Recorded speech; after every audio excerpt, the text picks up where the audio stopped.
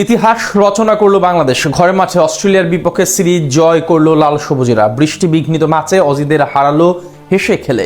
ফলে এক ম্যাচ হাতে রেখেই সিরিজটা নিজেদের করে নিয়েছে মেহেদী মিরাজের দল। আগে বল করতে নেমে তাসকিন মুস্তাফিজের দাপুটে বোলিংয়ের পর ব্যাট হাতে টাইগারদের দৃঢ় ব্যাটিংয়ে সহজেই জয় তুলে নিল বাংলাদেশ। অজিদের বিপক্ষে লাল সবুজের এই ঐতিহাসিক জয় নিয়ে বিস্তারিত জানবো প্রতিবেদনে। ঘরের মাঠে অস্ট্রেলিয়ার বিপক্ষে ঐতিহাসিক সিরিজ জয়, মিরপুরে ইতিহাস লিখে তবেই ক্ষান্ত হলো লাল সবুজেরা। বিশ্ব চ্যাম্পিয়ন অস্ট্রেলিয়াকে ডেকে এনে খাবি খাওয়ালো মেহেদী মিরাজের দল। দ্বিতীয় ওয়ানডেতেও তুলে নিল সহজ জয়, সেই সাথে সিরিজ জয়টাও নিশ্চিত করেছে বাংলাদেশ।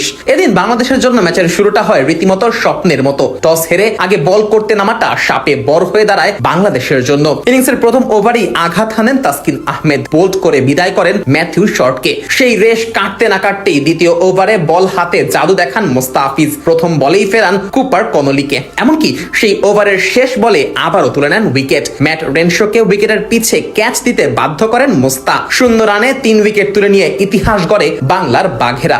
0 রানে 3 উইকেট হারানোর পর জশ ইংলিশ ও অ্যালেক্স ক্যারির ব্যাট হাতে ঘুরে দাঁড়ানোর স্বপ্ন দেখছিল অজিরা। তবে অষ্টম ওভারে এসে আবারও উইকেট তুলে নেন মুস্তাফিজ। এবার তার শিকার অ্যালেক্স ক্যারি। পয়েন্ট অঞ্চলে বাহাতি এই ব্যাটারের ক্যাচ তুলে নেন নাজমুল হোসেন শান্ত। পাওয়ার প্লেতে মাত্র 37 রান তুলতেই 4 উইকেট তুলে নেয় বাংলাদেশ। পঞ্চম উইকেট জুটিতে গ্রিন ও ইংলিশ মিলে জুটি গড়ার চেষ্টা করছিল ঠিকই, তবে সেই জুটি ভাঙেন তানভীর। জশ ইংলিশকে ফেরান এই বাহাতি বোলার। খানিক বাদে গ্রিনও ফিরে যান প্যাভিলিয়নে। নিজের বলে নিজেই ক্যাচ নিয়ে তাকে ফেরান তানভীর। এরপর বড় জুটির দেখা পায় অজিরা। জাভিয়ার বার্টলেটকে সাথে নিয়ে দলের হাল ধরেন মার্নাস লাবুশানে। দুজনেই বেশ ভোগাচ্ছিলেন বাংলাদেশের বোলারদের। দুজনের ব্যাটেই 50 এলে বড় সংগ্রহের দিকেই এগোচ্ছিল বিশ্ব চ্যাম্পিয়নরা। তবে সেই জুটি থামান তাসকিন আহমেদ। 48 বলে 52 রান করা বার্টলেটকে বোল্ড করে বিদায় করেন এই ব্যাটার। পরের বলে অ্যাডাম চ্যাম্পাও শিকার হন তাসকিনের। তিনিও ফিরে যান রানের খাতা খোলার আগেই। এর কিছুক্ষণ পরই নেমে আসে বৃষ্টি। 42 রানে 8 উইকেট হারানোর পর আর ব্যাটিং এ নামা হয়নি অস্ট্রেলিয়ার। ফলে বাংলাদেশের জন্য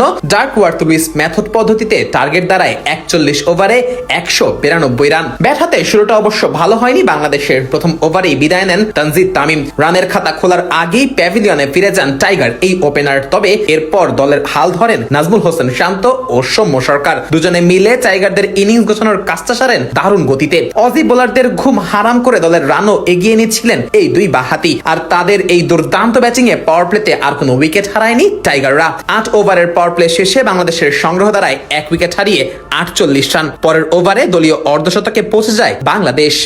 দুজনে মিলে খেলছিলেন বেশ দারুণ ভাবেই। তবে ব্যক্তিগত 42 রানে ফিরে যান সৌম্য। কিছু সময় পর শান্ত ফেরেন সেই 42 রানেই। এরপর লিটন মোসাদ্দেকরা কিছুটা ঝড়ো গতিতে খেলার চেষ্টা করলেও দুজনেই ফিরে যান দ্রুতই। আর তাতে করে ম্যাচে আবারও ফেরে অজিরা।